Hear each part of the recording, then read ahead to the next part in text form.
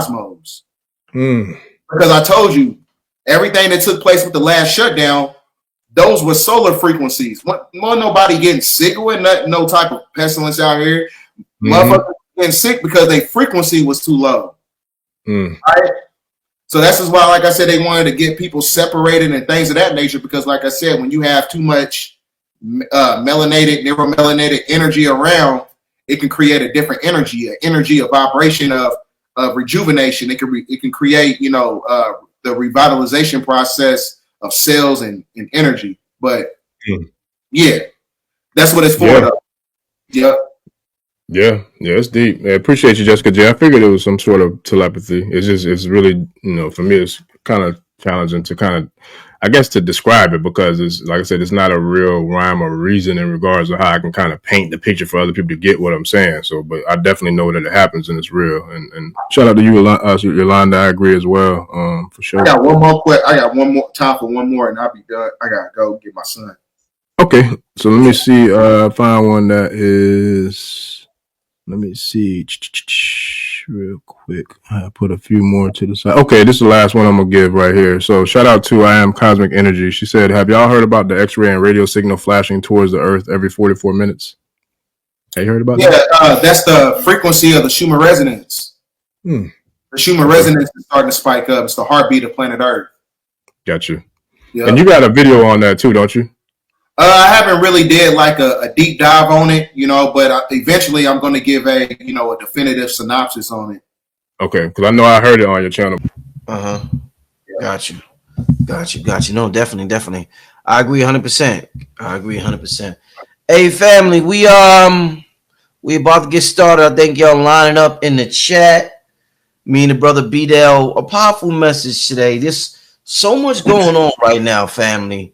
With weather, the weather patterns all over the country are people are seeing things they've never seen before. The animals are acting different since that media joint happened. The animals in my backyard is acting different. The deers is coming out crazy, way more than before, acting bold and shit. You know what I'm saying? So things are changing. We're gonna have a good conversation. I want to get into this video real quick, BDELL. I'm gonna show them. I want to show them the magic, because we're going to talk about some of the messengers, the cosmic messages in between the worlds. And they voted, BDELL, the scientific community voted that bees are the most important species on the planet. Yes. That's very interesting. They said bees are the most important species on the planet. So with that being said, I want to show y'all something that everybody that was at Stone Mountain, by the way, everybody that was on Stone Mountain all noticed something special. And it was so different and it was so unusual what was happening. When I first talked to BDELL about it, I said, yo, BDELL, my mind went into conspiracy theory mode. I said, BDELL, I think they sent the drones for me, man. BDELL said, I ain't giving them all that credit. He said, nah, I said, you know what, BDELL? Damn, man, you right. I said, you are absolutely right, my brother. But the bees, if y'all would have been on that mountain and seen the behavior of the bees, it was like, wow. New Diamonds was there. And Ramsha was there too. I seen two people that was there. Ramsha, New Diamonds. I'm not sure if they Salute to New Diamonds. Goddess Teresa, you was there. Okay. Yeah, I did see the drones. That was the security from Stone Mountain there to communicate with us. Why were they there? What were we communicating to them, my brother? I'm gonna let you go. Well, the buzzing of the bee is a representation of the science of vibration, because bees don't actually fly, they actually levitate. Because when you look at the volume and the mass of a bee, the wings are actually too small for the bee to actually be flying. So it operates on the levitation system. Because when you smash the bee, its genetic format doesn't secrete any type of blood. It basically extracts a black liquid, which is basically melanin. So it's vibrating on the vibration of melanin once it's activated. Because one thing you got to understand about bees, they have the ability to produce honey, just as the pineal gland has the ability to extract DMT. Because the pineal gland in itself is the honeycomb to the neurological functions of the brain, right? So this is when you get into, the periodic table of elements. When you look at the nomenclature title for gold, gold is a representation of AU, which is short for aura. So everybody's auric field was active during that process on Stone Mountain. They're able to understand the vibrational bioluminescent energy because bees it acts as a form of sustenance. Bees is able to cultivate certain vibrations, and they get drunk off the sustenance of humans on the planet who was vibrating at a certain frequency. So one thing you also got to understand about bees, they don't see humans or plants. They only see frequency and vibration. They can only see the ultraviolet light and the emerald color of green because that's connected to the Sufi order of the sons of green light. So if you had that magnetic energy in order to harmonize with the vibration of the bee, that's where it causes an attraction process. So that's why you've seen a multitude of bees out there. Yo, BDELL, you ever got stung by a bee? Yes, I got stung. No, I got stung by a wasp. I've never got stung by a bee, but I know that bees have the ability to dematerialize cancer cells in the body. So they can scan your frequency and know that your vibration is off to put you right back in balance. Damn. And that's why they will sting you, you saying? Sometimes, yes. Sometimes if they can resonate, because one thing about bees, they have a nectar processing system. The nectar processing system acts as a quantum entanglement processing network. So that, like I said, they can see the bioluminescent energy of humans on the planet. They can see certain colors such as green and ultraviolet light because the ultraviolet light is a representation of the activation of the crown chakra. Now, I'm going to demonstrate that when we show some of the slides or whatever, because this is all connected to birds. So the birds and the bees go hand in hand when it comes about, the activation of Christ consciousness and vibrating on a certain frequency. Right. Oh, and before we forget you. Okay, so somebody asked the question. Let me pull it up real quick. Breakthrough 9 said, and I think we kind of tapped into a little bit of this, but if you don't mind sharing, like, what your opinion is in regards to the question of how can we raise our consciousness? The best way to raise up your consciousness is to understand that balance is the key. Balance is the personification of equilibrium. Equilibrium is balance, which makes you God. So you got to be balanced mentally, and you also got to be balanced spiritually, right? So the best way to look at it is that, to understand is that anything that you cannot fast from, you're going to become a slave to it. So don't become a slave to anything that's three-dimensional. You have to use it as a catalyst to get to the next level. So you have to use these things as, portals to get to your, connect with your higher self. Fast from the food, alcohol, sex, and you transmutate that energy as an alchemical resource. So that's how you connect with source. So just balance all your energies out. Go out in nature, read books. So you got to have balance. Yeah, and it's so dope too. Because the other day I was out, and I think this was like after the first or second time we spoke, but I was out and about chilling by the water and getting some sun, and it was like a river that's in the city, right? It kind of rolls through the city, but where I was located at, it's a waterfront. You can chill, and just like chop it up or whatever. But what was cool is I actually caught a dolphin coming in and out of the stream, like coming up, like in and out of, in and out of the river. And I'm like, yo, I ain't never seen a dolphin that close to, proximity of where there's a lot of activity with people, driving their boats up and down the river, etc. And I also know dolphins have an extremely powerful, like, spiritual connection to us as a people. And then I also saw on one of the videos you were talking about, like, those people who will go deep sea fishing who are like catching mermaids and like eating them, you know what I'm saying? And it's just like, can you kind of tie into the significance of how dolphins are really a part of, spirituality and connecting to, like, maybe whatever you want to go with it, but also why they were out there fishing for mermaids and mermen to eat them to kind of absorb their consciousness or whatever it was that they were doing that for?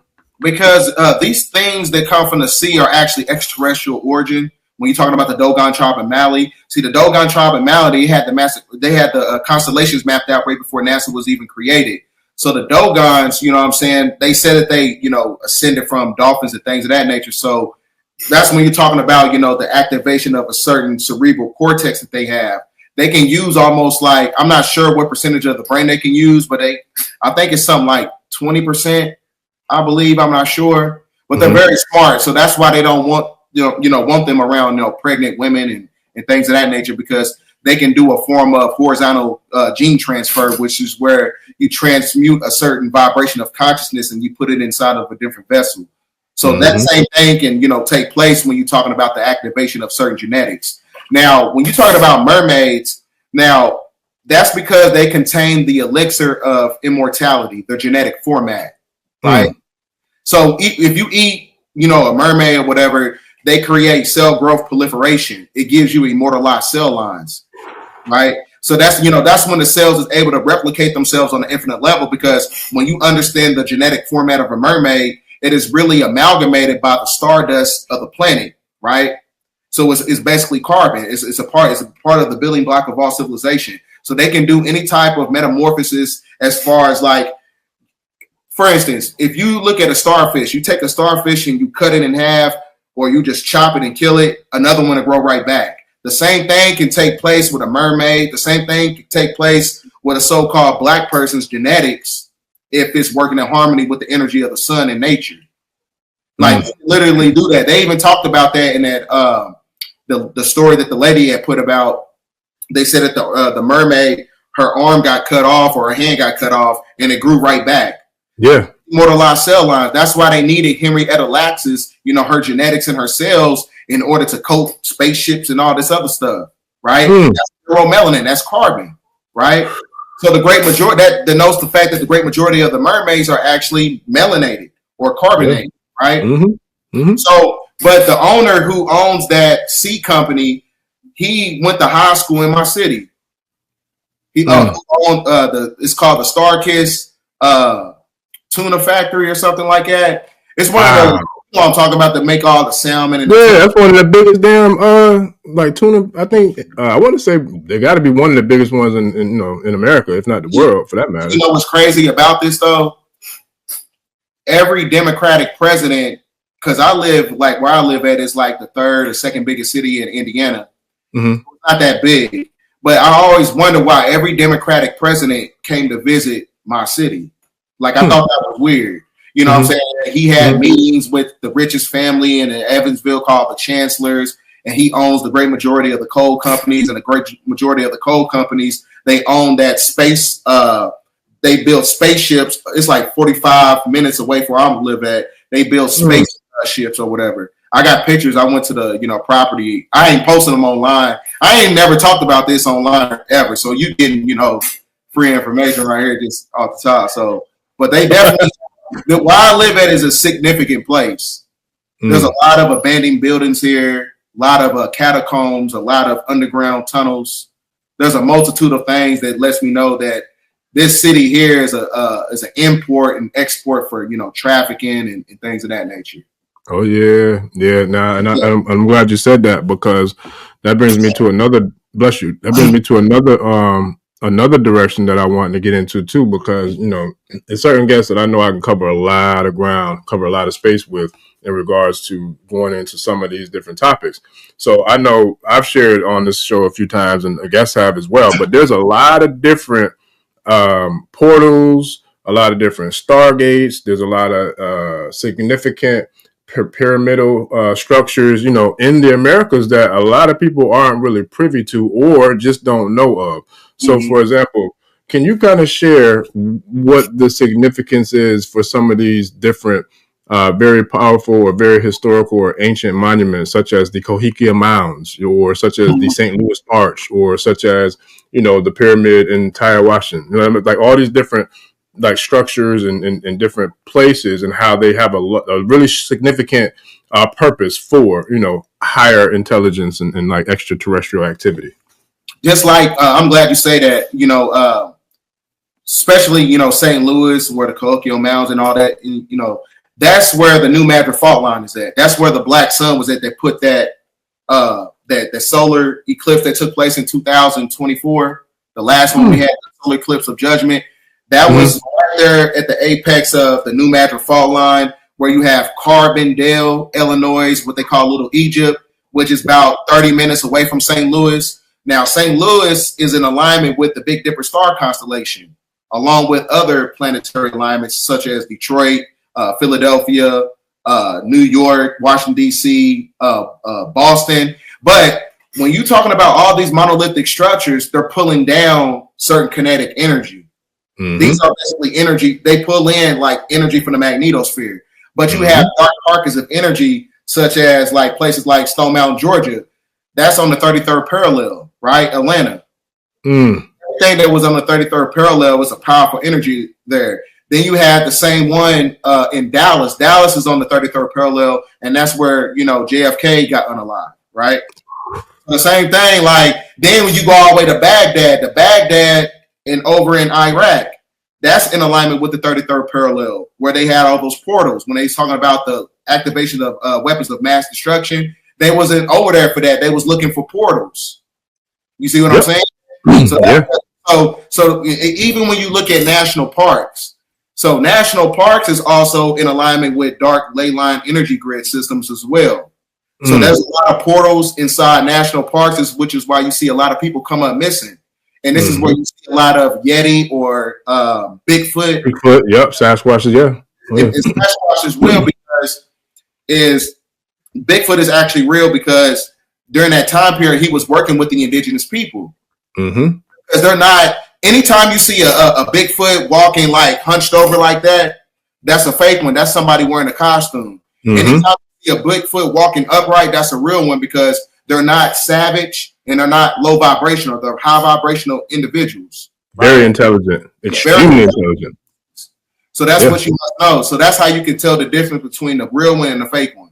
Yeah, and they call them shaggies. And you know what's crazy? They are extremely powerful, because they have the ability to cloak themselves or create a cloak in the wooded areas that they're in. They have the ability, like how in Black Panther, where they flew into the mountain, like when they came from like the common area. Like, they really do that for real, for real. That's not a game. That's real.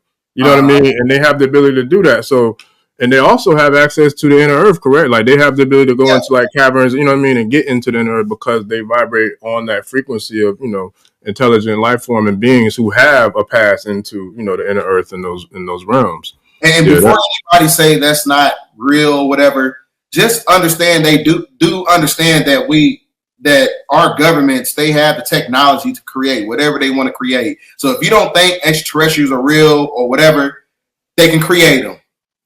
You know what I'm saying? We have them inside Hollow Earth and they escape. They call it Nightmare Hall. You got to read the book, The Man from Planet Risk by Dr. Malachi York. He talks about Nightmare Hall. And that's connected to those deep underground military bunker systems. And when they come out, just like in the movie Cabin in the Woods, where was they at? They was at a national park. And that's when the simulation began, because, like I said, it's on a dark ley line. Watch the movie Cabin in the Woods. What is it? Cabin in the Woods? Cabin in the Woods. Cabin in the Woods? Okay. Yep. I'm going to check that out. Cabin in the Woods.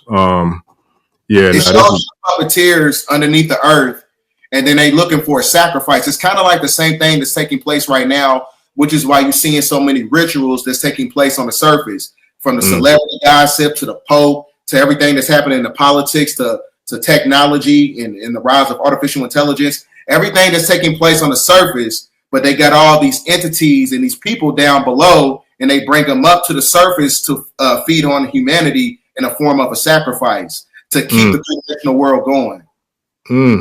Yeah, you got to watch that. It's very deep, bro.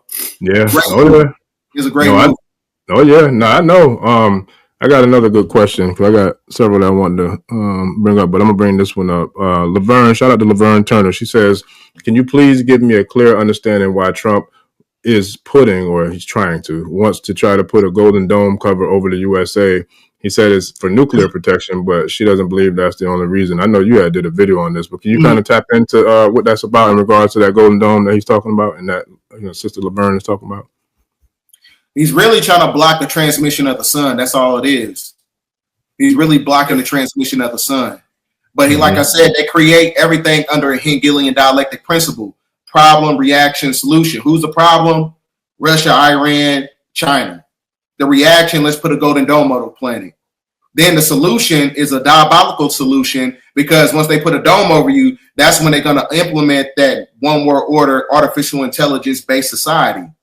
So the reason they doing that is, like I said, they trying to block out the transmission, because they know that those solar flares that harmonize with our genetic meat suit is going to put us at a certain vibration to eradicate this whole existence that they created.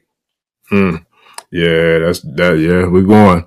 Okay, now with that, how does, if it does, how does any of this maybe tie into the traverse and the travel path of Nibiru, and then also like the return of the 24 elders? Like, I've been hearing a lot of people talking about Nibiru. Some people I feel like are spot on. Some people I feel like I don't know what the hell they're talking about. But with that, does Nibiru and, where we're at with this particular junction of the transition of the 6,000 year cycle from the Piscean to the Aquarian, and, from what I've gathered and researched, the path, I believe, of Nibiru to come around this part of the solar system is like every 3,600 years, if I'm not mistaken. So now, does that path, or that travel path or flight path of Nibiru and, the ancients and the ancestors and all that, does that play into any sort of role in how this thing with these cycles are going to meet? Are they going to kind of cross paths? Like, how is all this, kind of aligned to what your research and your studies have kind of enlightened you to? Well, I'm going to give an esoteric and an exoteric answer. Okay. So the esoteric, I'm going to start with the hidden message. The return of Nibiru means Nabara. Nabara means Bara, which is a Bathari gland. The Bathari gland is activated by the hippocampus layer of the brain that takes you to a different space and time, a shift in consciousness. So now, from an esoteric standpoint, when you're talking about the return of Nibiru, when you're talking about the Pentagon and all this stuff, talking about the Anunnaki is coming, like I said, everything that they're telling you that's on national television and the media or whatever is actually talking about the enhancing of your genetics. That's all it's basically talking about, right? The return of Jesus, and the return of Jesus is the return of Christ, the return of Christ consciousness. Everything is really just talking about DNA activation. Yeah, that makes sense, and that'll make a lot of sense. I mean, that's the best way, but everything, like, as far as like religion, everything is sensationalized by mythology or whatever. Everything that they're telling you in these religious systems is basically talking about certain genetics. But like I said, you do have a galactic federation. You know what I'm saying? You have a pantheon of gods. That is controlling everything outside the firmament. So. I got you. Now, go ahead. No, you go ahead. What was the last thing you said? No, I'm saying you do have a pantheon of gods. Like when you get into Gnosticism, you do have archons who control the 3-dimensional and the 4th-dimensional world, the demiurge. And then you also have creator gods, the Elohim, the Anunnaki, who are above those individuals as well. And there was someone who asked the question earlier. I know it's going to be too challenging to find it now in regards to where the comments are, but the question was, can you ask BDELL to kind of describe and break down the differences between the Anunnaki? Because as far as my research has brought me, I do know that there is a positive and a negative version of these Anunnaki. Now, brother Big Chief said that those are kind of like aspects, of, entities versus a actual source or, of a deity or entity. So is your line of thinking in the same, kind of like, area of what Big Chief was talking about? Do you have your own perception of how you feel like you can kind of break down the difference between the positive or negative aspects of Anunnaki? Yeah, I have my own logical assertion on it. So when you look at it from a biblical or a mythological composition, when you're talking about the Anunnaki, so you have the ones who fell. That the ones who fell are the seeds of Enlil, right? Mm-hmm. That is 1/3 of the galaxy that went against the order of Anu. So that is also in alignment with the 200 fallen angels in the book of Enoch, the ones who fell in Mount Hermon. So those are the same ones as far as like the cherubim of the Bible, right? So the cherubim, the archons, the draconian reptilians or whatever, those are all the same factions, but you just looking at different, tiers of, monotheism and different, mythologies that lines up to the same story. So those were the ones that fell in Mount Hermon. And, and I did a whole video talking about how they use artificial intelligence as a catalyst to where these archons is able to control the technology through humans. I broke that down too as well. Yeah, I think I saw that.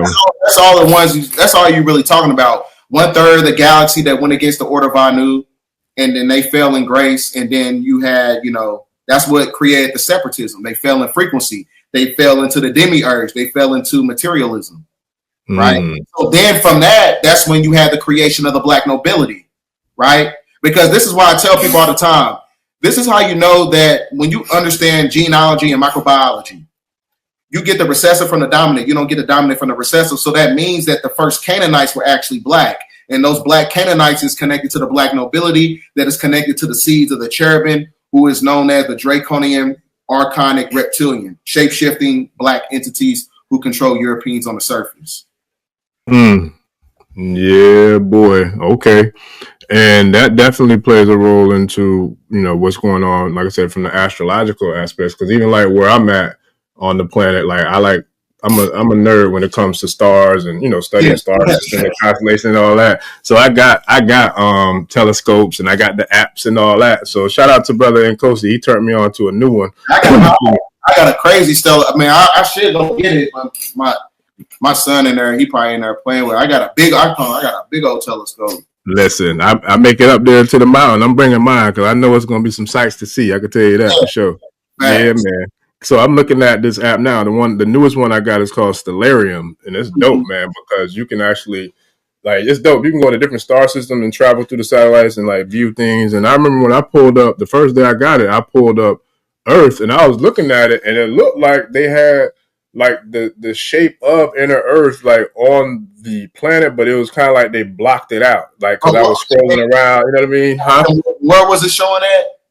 It was showing I had to, I had to find it, but I'll text you a picture of it. I'm gonna text you a picture of it. But what it was is, I'm looking at it, I'm like, yo, ain't no continent on the surface of the planet that's shaped like that goddamn that shape. So I know that shape, right? So I'm just like, it's crazy to me how you can see it, but it's still they're trying to mask it in a way. But I know what that is. I'm like, yo, that's the inner Earth. That's what that is right there, and you can see it from the satellites on that app called Stellarium.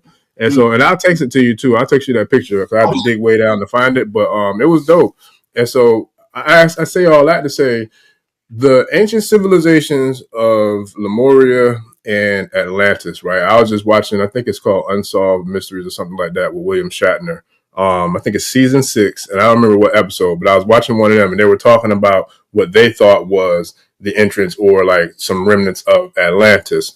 But there's a lot of different theories about, Atlantis and Lemuria. So from your research, from your studies and, the knowledge that you've been blessed to possess, what would you say in regards to the civilization of Atlantis? Did you feel like it really actually disappeared and it no longer exists? Or do you feel like something happened to where they just are no longer visible on the surface, but it definitely still does exist? What is your take on Atlantis and Lemuria? Now, when you talk about Atlantis, that was during that time, they had a fifth dimensional civilization. So everything operated by way of, high density consciousness. It was everything was internal to where they was able to receive abundantly on the material world, on a material level. But as far as you had these individuals, it's kind of, you ever seen the movie Greenland? This is the best way I can explain it. You said Greenland? Yeah, Greenland. I don't think I've seen that one. The same thing that's happening to our planet during that time period is what happened to the Atlanteans. So they have to preserve a certain race. They have to preserve a certain blood type. This is why they're going around looking for the old blood type right now. They got planes and going to different cities and stuff. They're looking for the old blood type because they understand that's extraterrestrial DNA. That's extraterrestrial DNA. They understand that. And the reason they do that, this is why so many people coming up in Canada missing right now and all this other stuff. But that's a whole different story. You know what I'm saying? But as far as, what took place in Greenland in the movie, it was going through a calamity. But the preserving of a certain people, they went to Greenland inside this little, it's like a doomsday type of bunker. It's like a cave system they went inside. So same thing as actually took place when we're talking about the fall of Lemuria, Mayan civilizations or whatever. Some of these people didn't disappear. You know what I'm saying? Some of them just went to the caverns of the earth and hid out. They even talk about that when you, the Anunnaki people, right? When you talk about the Hopi tribes, some of the Hopis, they inside, inner earth civilizations, right? So because they already mastered the surface. It's kind of like the same thing when you're talking about the ADEP chambers. You go from neophyte, adept to master. Once you master, that's when you get access to, the gateways of planet Earth. You got to master this realm first. Yeah. Yeah, I love that you said that too, because, even going back to Mount Shasta, there's a lot of people, excuse me, who go to visit Mount Shasta that have very supernatural or, esoteric or astral, there's a lot of different elevated frequency type of experiences that people have when they go to Mount Shasta. Some people do, some people don't. So, and I know for a fact that's based upon what your vibrational frequency is and the capacity that you have to elevate, to kind of synchronize with a frequency that's probably surrounding a place like Mount Shasta. So when it comes to that, this is something that I've been having conversations with on air and off air in regards to people. But, even those who weren't privy to what you shared about the Black nobility, I still do feel like there's a lot of us who are focusing more on the skin color of, people versus the level of, I would say, maybe energy or frequency or integrity of a person. How much does that matter in regards to where we are now? Are there some people who are of European descent that have the ability to elevate and ascend into, the higher realms of consciousness? Or is there like a cap, kind of like when you drive a U-Haul as a governor that only lets you go so fast, so far? Is that like kind of like what we're seeing with people who don't have access to neuromelanin? Or what's your take on when it comes to that? Yeah, because the European, or I guess you could say the Canaanite, I wouldn't say all Europeans or whatever, but the great majority who comes from the Canaanite faction, they have eukaryotic cells. And eukaryotic cells is spliced DNA, and it's cultivated by sulfur. And sulfur, it blocks the spinal column to where the regeneration spinal fire doesn't rise up and hit the pineal gland, right?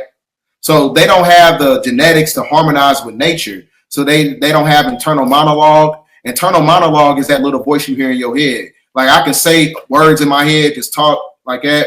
They have to say it. They don't have internal monologue. That internal monologue is your inner child. That inner child is a soul. So they have a spirit. They don't have a soul. And you can tell by the hair follicle. Animals have spirits. People who have that non-ether genetical frequency, the coily hair, what they call the lamb, they just put out a coronal mass ejection, the sunspot, that coronal hole, it looked like the sign of the lamb, right? It's like it's talking about the activation of nature. So they, like I say, you have to have a certain genetic format to activate those genetics. Yeah, but that doesn't necessarily mean that you come from the cursed bloodline. You got some Europeans that come from the Pleiadian faction, right? You talk about when you go on the Norse mythology, the Nordics or whatever, some of them individuals were high vibrational. They're not connected to that same seed. But there's a lot, as far as like the cultivation of racism, imperialism, colonization, the system that they built that's based on economic disenfranchisement, all these things that's, that afflicted the planet, that's most likely coming from the faction of that Canaanite. But like I said, the first Canaanite was black. Like I said, you had to have the, genetics, and it's kind of like the same, the Yakub story.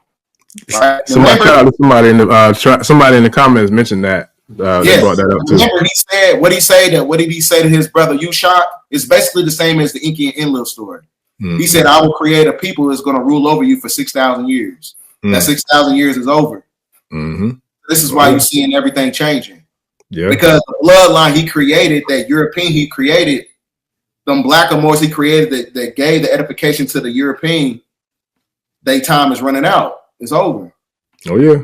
So then the best way to understand the difference between a black nobility, blackamoor, the ones that that chose the side of hedonistic culture and the corporation, those are the ones that's in your religion, your pastor, your preachers, the ones that's in Freemasonry, in Luciferianism, the ones that's gatekeepers of the movie industry, music industry. That's how you can tell the energy. Those that's connected to the planet, we're trying to get away from the corporation. The ones who want to, keep the corporation going, that's how you know who's a part of the seeds of Enlil in terms of energy and mindset. Yes, sir. And I've seen like videos of, I'm assuming that it's a version of Enki and of Enlil, and I'm very confident the videos that I've seen. But one of them looks like a brother who's like of Middle Eastern descent, and he has on like a white head wrap, and he has the beard, and he kind of looks like Middle Eastern. And then there's another one who I've been seeing And he's a brother like about my complexion. He got a beard too, and then he wears like a white cap. I think he has like gold on the white suit that I see him in.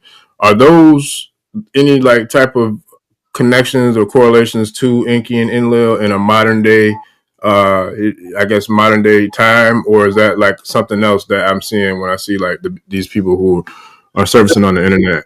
The guy that you seeing that they talking about in real time is a black guy named King Yahweh. Okay. So, but that's not the real Yahweh, because Yahweh, when you get into the Tetragrammaton, it means agreeable and disagreeable. So he is Enlil. So Yahweh, Enlil, Yaldabaoth, that's the same person. So he's not an artist. So he's just a regular individual. I would say regular because I think he's like a prince or something or whatever. But as far as like him controlling certain factions, as far as like governments and controlling Europeans or whatever, I don't think that's, I think people are getting too caught up into the mythology with that. But as far as like the Maitreya, I think that was a real instance that took place. They talking about the Maitreya who came to, I think he came to the Congo. And he said that he stood about 7 feet tall, and he had like healing and supernatural powers. And then they said when he was walking away, he just vanished in thin air. And he said he's back. Yeah, so that can be because the Maitreya, I think it was in certain forms of ancient Proto-Semitic language, Maitreya translates to Enlil. So that could now go ahead. My bad. I didn't mean to cut you off. Go ahead. But yeah, so that can be because Maitreya, like Enlil, that's pretty much when you break down the linguistics of the word and you get into the etymon and all that, his name translates to Enlil. Yep. Now, is this the one that looks Middle Eastern, or is that the one that's more melanated? He the one that looks Middle Eastern with the beard. Right. Now with Enlil, so Enlil is like but he's the representation of the disagreeable Anunnaki. Is that correct? Yep. Yes, sir. Right. So what would be the purpose of him making an appearance and like coming back? Like, what would you think would be the reason for that? Because I saw that footage. I don't know. Some say that the great it's certain tribes in Africa that's a part of that bloodline.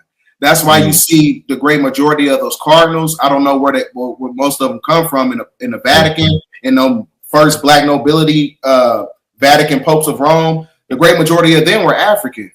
They never. It's like I said, none of them was never American.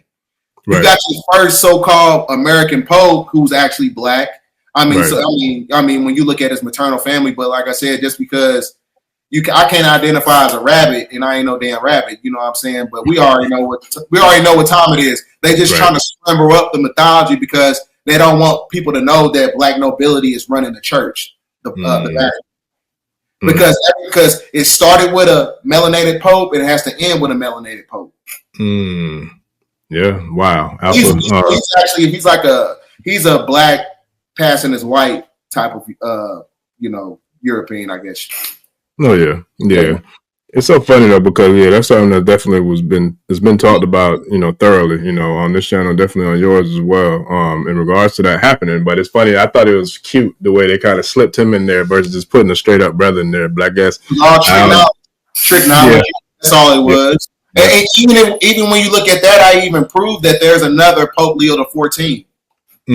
That's what they do to throw you off. They make two of everything. Just like you have then you have a Europeanized one too. But the black one controls the European. That's where they get the edification from. I showed a art piece. It shows the blackamoors.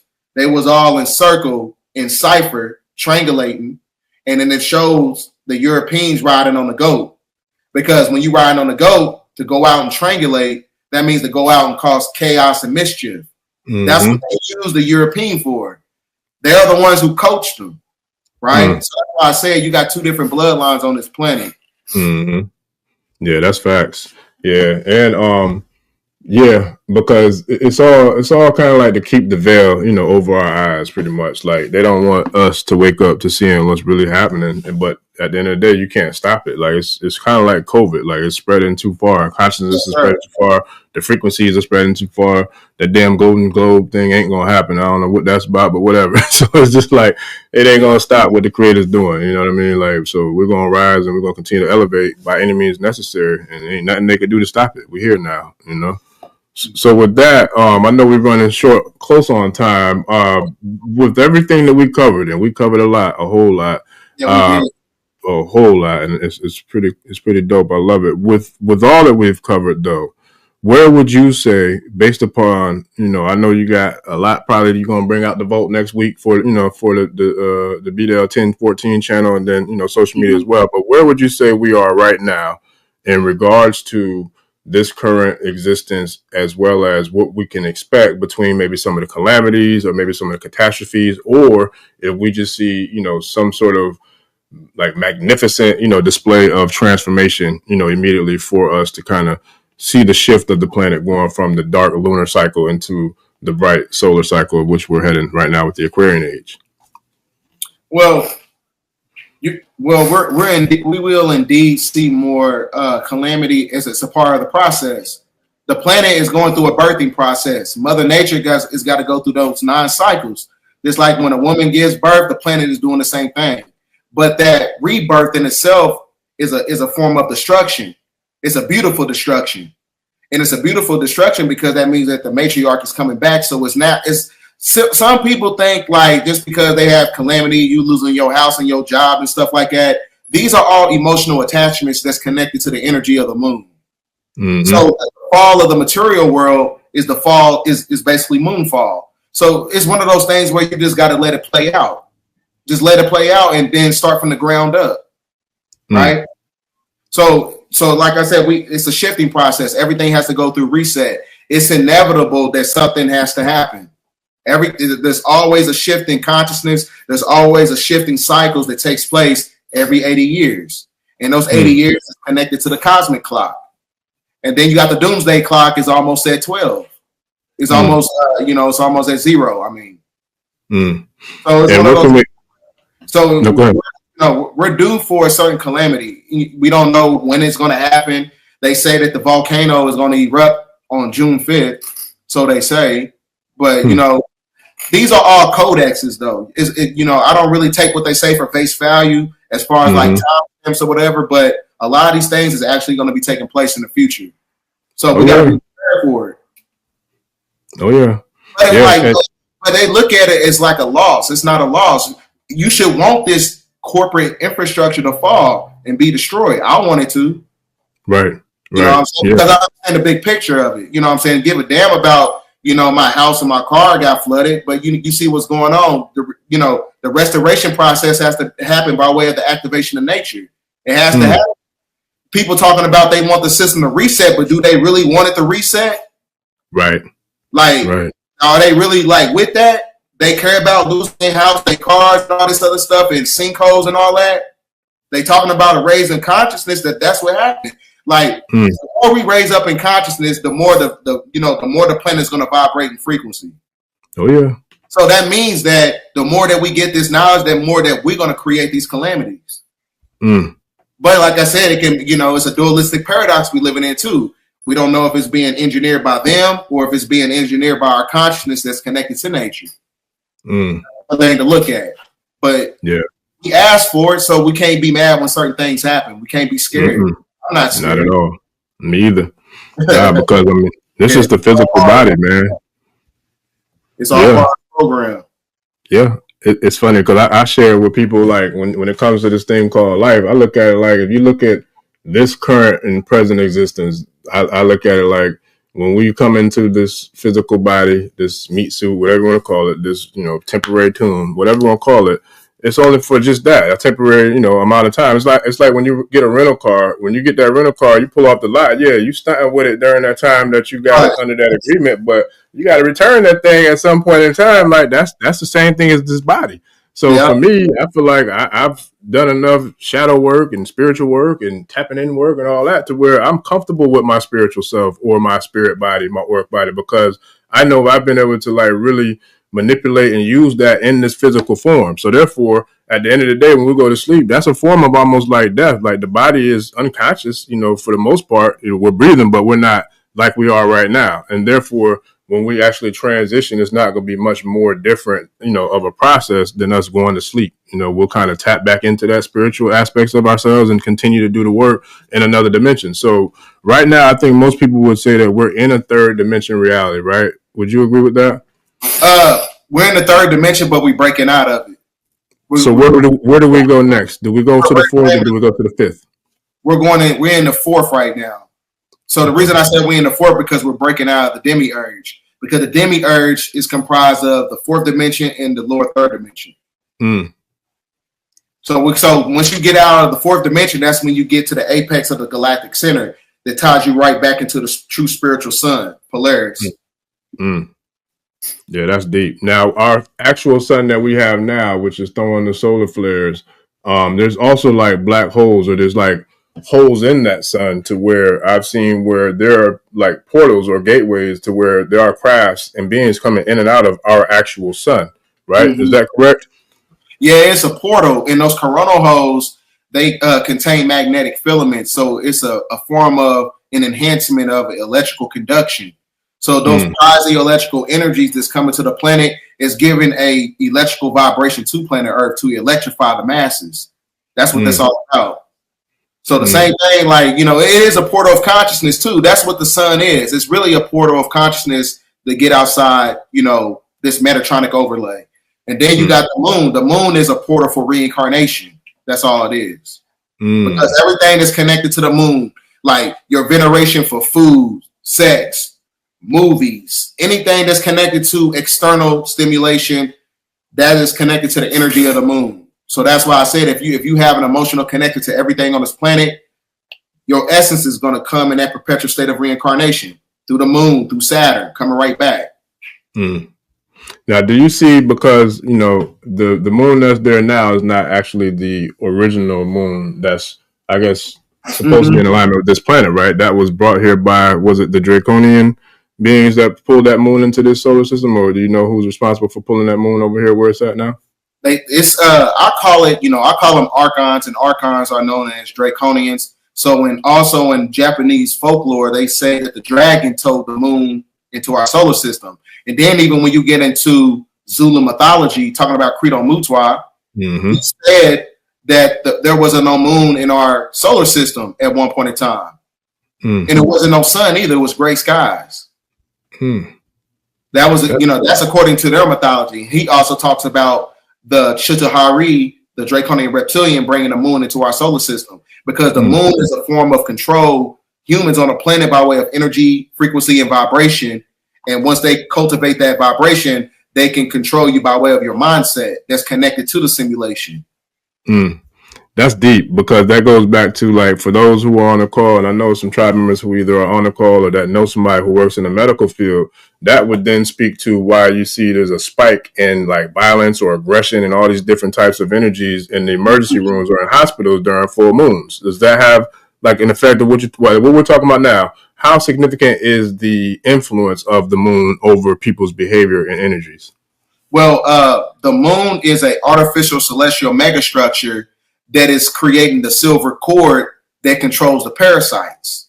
So when you see the enhancement in the moon at full spectrum, when it's at full moon spectrum, what happens is it activates those parasites. So this is where you get a lot of calamity, a lot of, murders and all this stuff, or whatever, hospitals, police activity, crime activity going on. You're talking about the enhancement of parasites, because parasites, they replicate themselves on an infinite level based on the energy of the moon, because it creates an energy of chaos. So see, the parasites is really talking about the extraterrestrial invasion, because the archons, they created the parasite that's connected to the simulation to control the humans on planet Earth. That's how they control you, with the parasites. It's kind of like a tracking system, right? That's what a parasite is. It's a tracking system to control humans on the planet, to carry out certain agendas that's connected to the binary code system of the simulation. So that's why when you get into gematria, everything operates on a numerical cycle that's connected to the binary code system, that's connected to the energy of the moon. Because when you look at the zeros and ones of, binary code or whatever, the 0 represents dark matter energy and the 1 represents a photon. And when you amalgamate both of them together, that creates physical reality. And the physical reality is being controlled by archons, who created parasites within the genetically modified foods. And you got parasites in everything on this planet. So everything is infiltrated to control humans to carry out certain agendas. That's all it is. Mm-hmm. And shout out to D. Ross. They said that's why he's supposed to do a parasite cleanse starting 2 days before the full moon. Yep. Yeah, that's deep. Everything is connected. So that's why I say, like, because, you also got, psychotronic nanotechnology in the food and it's in the water. It's like, you can barely even see it. It's like and you ever heard of a plank? Yeah. A plank is like the smallest unit in the universe. It's like, it's a microcosmic aspect of a subatomic particle.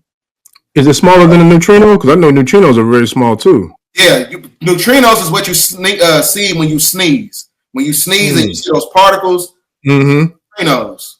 Gotcha. Okay. Yeah. Because I knew it was small. Because when you sneeze, your heart stops. That's the closest thing you get to death. So you're really in it when you sneeze, a real hard sneeze, you're really in the in between. Wow, never knew that. They learn something new every day. That's deep. Okay, excuse me. We got a lot of comments in the chat, but I know how much longer you got, bro? Because that'll let me know how many. My son, he in there playing, so I can. Okay. Okay. All right, that's what's up. So now with that, man, I'm trying to figure out where I'm gonna go. Let me get a couple of the tribes questions real quick before I go into mine. So here's one right here. Shout out to Nkosi. He says, "How do you cleanse yourself to get rid of these parasites?" Somebody say you can do like a duck flower. I don't know. I've never taken that. They said it's really good for to cleanse the gut and things of that nature. It's gonna make you throw up and. I don't know. I'm not going to recommend that to anybody or whatever, but it's all on you if you want to do that. Or you can do like chlorophyll, magnesium supplements and stuff like that. You can go to Dr. Yaki's. He got a lot of supplements that can help you with cleansing the body or whatever. But like anything that contains like a metal extraction, because parasites, they have the ability to hide themselves in the metals in your body. So you want to do a metal cleanse. Oh, hold on. I saw one, but it moved. They're going so fast. This is one, Nkosi. You're welcome, brother. I definitely see about here goes some more too. I'll add those to the screen as well. But in regards to the let me see, what did we not hit? Because there's a couple of different things I wanted to hit. I didn't know if I was gonna have time for. So let me check out my notes. But when it comes to like extraterrestrial visitations, right?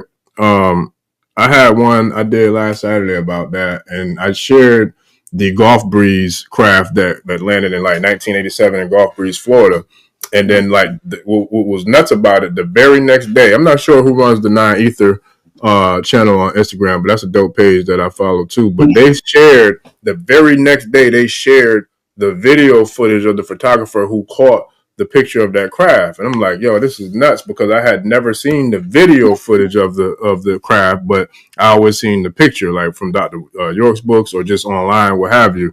And so when I saw the video, I'm like, yo, that's dope. Like the timing of it was crazy, being that I just did a live the night before and then I seen that the next day. I'm like, I don't feel like that's a coincidence, but I personally seen a lot of different crafts coming in and out of the atmosphere, and I was able to record, I think 2 of them I have on video, and then I've got some pictures of a few more. Have you ever personally had any experiences with any extraterrestrial crafts, or have you ever seen any crafts, in real time before?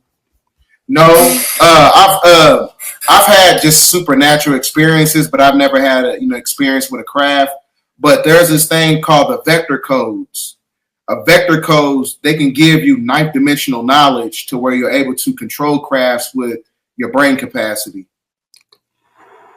That goes into ancient Taoism, and I ain't talked about that yet, but I don't want to, I got you. Yeah, we can save it. Listen, because I do know the Dr. Stephen Greer, I believe is his name. He has this thing where they do the I forgot what they call it, but like he gets a group of people together, like on a beach or somewhere out in nature, and they all get together and they kind of like meditate together to try to kind of invoke or try to connect or communicate with extraterrestrial crafts. And they have, I think they showed a few where they did kind of have some contact or what have you. But in regards to the crafts that are coming in and out of the planets, like some of the ones you've seen and shared on your channel, who do you feel like these beings are, and why do you feel like they're coming here now, where we're seeing so much of the footage that's being captured and shared around the planet in regards to extraterrestrial activity? See, the great majority of them actually come from the ocean. There's a book that you got to read. Well, I'm pretty sure you already read it before. This is kind of like Conspiracy 101, Behold a Pale Horse. Yeah. The naval intelligence officer, he said that he's seen spacecrafts coming from the ocean. He said he never seen them coming from the sky. And then there's a woman who lived in Southern Illinois, a black woman in the 1920s. She's seen a spaceship come from her lake. So they have the ability to travel, but the great majority of them that's controlling those crafts or whatever are grays. And the reason that they're grays is because grays don't have a certain genetic format to replicate themselves on an infinite level when you're talking about being able to procreate, because they don't have any type of biological functions. They don't have, they can't reproduce. So they come to the planet to abduct people. So this goes into the Majestic 12. The Majestic 12 is basically amalgamated with, insectoids, draconians, and the Zeta Reticula grays. And they use everything in it's like a harvesting planet. That's what the demiurge is all about. The demiurge is really coming to the planet to suck up microscopic waves of energy to control humans and basically put them in a state of trafficking and things of that nature. That's why, how do, 800,000 kids come up missing every year, on time, every time? That's because it's being done at the highest level of government. And those governments is in connection with these extraterrestrial entities for trafficking. That's why this is all Canaanite worship. What you had to do in order to get, riches and stuff in the Canaanite culture, you had to sacrifice somebody to the god of Moloch, right? And the god of Moloch is Baal, and Baal is Enlil, who is Yodabath, the same person. Yeah, you see, it all ties all the way back together, bro. Yeah, listen. It do. And listen, I'm gonna get his brother. I'm gonna ask his brother his question because he sent love, saying, shout out to DJ, always supporting brother BDELL Illuminati. I'm on to you. Question is, Young Pharaoh, Rashad Jamal down for COINTELPRO in your opinion? I know these forces always working against the chosen. What's your take? Salute to them two brothers. You know what I'm saying? They, they're going through, detrimental situations or whatever. I spoke to Young Pharaoh probably, maybe about 3 months ago. And he's trying to revitalize his situation. I don't know what he got going on now. And, as far as, when it comes to Young Pharaoh, I can say probably, I would say more than likely, because not only was he propagating, high frequency knowledge, but at the same time, he was propagating a form of masculinity. He was a real rebel. So I think, a lot of times the infiltration, process takes place when you start, connecting yourself to, politics and stuff. So once you start rubbing shoulders with those people, a lot of times, that's when you see people take a downfall. But as far as like Rashad Jamal, I don't know, I don't really know the ins and outs of his situation or what really happened. So, but, more power to them brothers. Hope they get it right. Yeah, I've been hearing a lot of different stuff. I really don't get too deep into, too much that has to do with other people, only because, you and I spoke about it off air before. But and so when it comes to the rise of consciousness and it comes to where we are right now, I wasn't gonna go here, but I did see some people bring it up. I saw some people bring it up in the comments, man. So we saw, those of us who follow your channel, we saw a very interesting conversation the other night, man. Like I said, I wasn't going to go there, but I saw them, bring it up, and then, we got a little bit more time. So do you want to kind of share a little bit about the conversation that you had a couple nights ago with the brother 607? Well, we had a conversation when we was going to tackle, the metaphysical principles about the demiurge, but, it's one of those things where when you're operating from a high vibrational frequency, a lot of times your energy is going to disrupt other people's energy. Because like I said, you become a mirror to other individuals. So what was lacking in him, he's seen in me. So it kind of reversed the polarity of the situation, and it created resistance all throughout the whole dialogue. So like I said, this is why I said it's imperative before you get into spirituality. You got to heal first. You cannot just jump into esoteric knowledge and spirituality and think that, you have the ability to, demonstrate knowledge to, different demographics of people. You got to master your emotions before you tackle, other factors of knowledge, right? Because otherwise you're going to weaponize the spirituality. You're going to weaponize it for money. You're going to weaponize it to control people. You're going to weaponize it, for your own benefit. So that's why I said you cannot just jump to esoteric knowledge and spirituality and conspiracy and skip the healing, because it's going to create spiritual psychosis, right? This is why you got so many people in the conscious community. They dealing with a lot of mental illness and mental psychosis because they're not dealing with the healing first. You got to heal first, because otherwise you're going to become over emotional. You're going to be energetically out of balance, painting your fingernails, acting like a woman, all this other stuff. Because like I said, this system is, they use this system to create a chaotic energy, right? Planet Earth is an insane asylum. So that's why I said you got to be balanced mentally, physically, spiritually, and vibrationally in order to, vibrate at your higher self. That's why I said it's one of those things where you got to be, especially with the so-called black man in America right now, you got to master your emotions. Yeah. You know what I'm saying? Because, from my perspective, I feel like at this point that anti-intellectualism is an attack on masculinity. Mm-hmm. They don't want black men to be intelligent. They want to keep everything dumbed down. They want you to say stuff and don't want to, explain where it came from. Mm-hmm. You see what I'm saying? And that's what I do with my information. I tell you something. I'm not going to just say that you can make up something that, there's a portal in Antarctica. Okay, yeah, but why is there a portal? And who put it there? And what's the reason behind it? Right.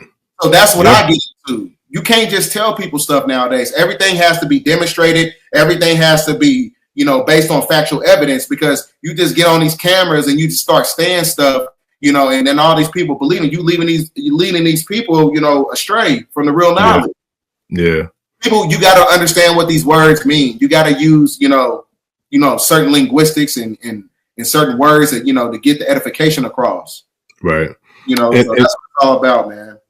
And I agree too. And it's funny because shout out to Sister Layla Hampton L. She was like, I was so proud of BDELL's emotional intelligence. It's funny because that's the first thing I texted you, if I'm not mistaken. Like after I saw it, I'm like, yeah, I was like, bro, I said exactly what she said. I was like, because I know when you're in those situations, that can really go left depending on who is able to control their emotions, right? And so that's one of the things that I speak about with the brothers that I mentor or that, I coach up is like energy. When you talk about emotional intelligence, if you break down the word emotion phonetically, to me, I look at it as energy in motion. You know what I mean? So if that energy, if you let your energy get away and it start to go into motion, that thing can turn into a snowball effect real quick. Right. I know personally because I used to struggle with that. And sometimes I still do. But for the most part, I've gotten a lot better handle on it. And I'm grateful for that because that's where it allows me to be in control of myself. And then I can then be in control of that situation by not letting that other person's energy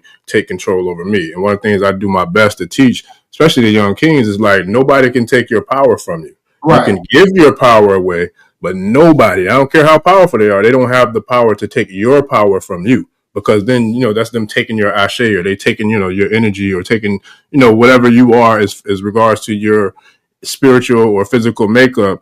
You can't let anyone take that from you. You can only give it to them. And so when in that situation, I was proud of bro too, because he sat there and held it down and didn't fold into that same, little energy, tantrum or rant. You know what I mean? So it was a dope display of emotional intelligence, because we have to see a lot more of that, because unfortunately our youth are being led by that kind of energy, the energy that you're talking about. So, and like I said, in over emotionalism, like in ourselves, that's, a form of emasculation.